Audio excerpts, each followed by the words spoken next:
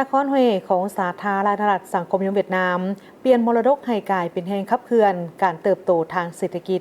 นครเฮของสาธารณรัฐสังคมนิยมเวียดนามเป็นเมืองที่มีระบบมรดกวัฒนธรรมอันอุดมสมบูรณ์และมีมรดกหลายแห่งได้รับการขึ้นทะเบียนจากยูเนสโกกำลังเลือกเส้นทางพัฒนาใหม่โดยการนำเอามรดกวัฒนธรรมมาเป็นทุนภายในเพื่อขับเคลื่อนการเติบโตทางเศรษฐกิจจากการอนุรักษ์เพียงอย่างเดียว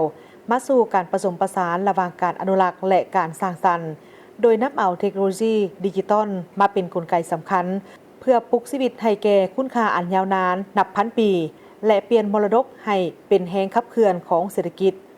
ภายใต้แนวทางการพัฒนาอุตสาหกรรมวัฒนธรรมนครเฮได้เล็งใส่การนำใช้เทคโนโลยีดิจิตอลมาใช้ในการอนุรักษ์มรดกจากแอปพลิเคชันนำเที่ยวอัจฉริยะไปจนถึงการผสมผสานเหมือนจริงที่มีการโต้ตอบนักท่องเที่ยวบ่เพียงแต่เข้าชมมรดกแต่ยังสามารถสัมผัสและเข้าใจประวัติศาสตร์อย่างลึกซึ้งนักท่องเที่ยวจากต่างประเทศคนหนึ่งกล่าวว่านอกจากพระราชวังที่ได้รับการบูรณะแล้วข้าพเจ้ายังเห็นประสบการณ์ดิจิตอลที่ผสมผสานความเสมือนจริงซึ่งช่วยให้นักท่องเที่ยวได้เข้าใจสถาปัตยกรรมพระราชสำนักและประวัติศาสตร์ดีขึ้น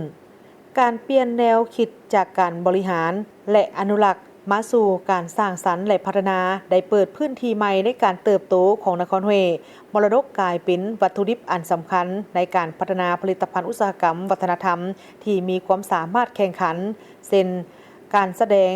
สดกลางแจ้งการเปิดให้ชมพระราชวังในยามค่ำคืนและการจัดงานบุญมรดกในรูปแบบใหม่เพื่อนำเอาวัฒนธรรมกลับคืนมาหับไส้ประชาชนและนักท่องเที่ยวนางเจินที่หอยเจิมหัวหน้ากรมการท่องเที่ยวนครเฮได้กล่าวว่าในระยะต่อหน้านี้พวกเขาจะสืบต่อพัฒนาอุตสาหกรรมวัฒนธรรมซึ่งเป็นหนึ่งในโครงการสำคัญของนครเฮเพื่อยกระดับการท่องเที่ยวการบริการให้เป็นแขนงเศรษฐกิจหลักในระยะ6 เดือนต้นปี2026นครเฮได้ต้อนรับนักท่องเที่ยวบรรลุประมาณ 4.3 ล้านเถื่อคนในนั้นมีนักท่องเที่ยวสากลประมาณ 1.3 ล้านเถื่อคน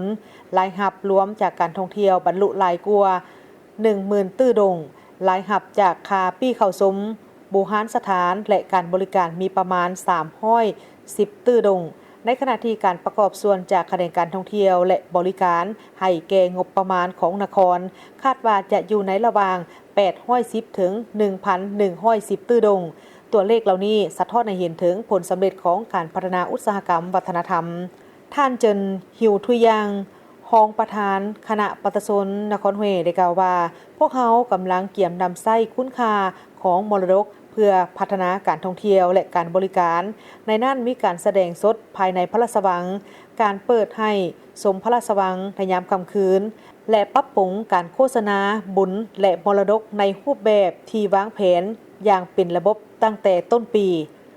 ด้วยจุดแข็งทางด้านมรดกและความลึกซึ้งทางด้านวัฒนธรรมนครเฮกำลังยืนยันบทบาทในการพัฒนาอุตสาหกรรมวัฒนธรรมโดยเปลี่ยนคุณค่าวัฒนธรรมให้กลายเป็นแห่งขับเคลื่อนการพัฒนาเศรษฐกิจสังคม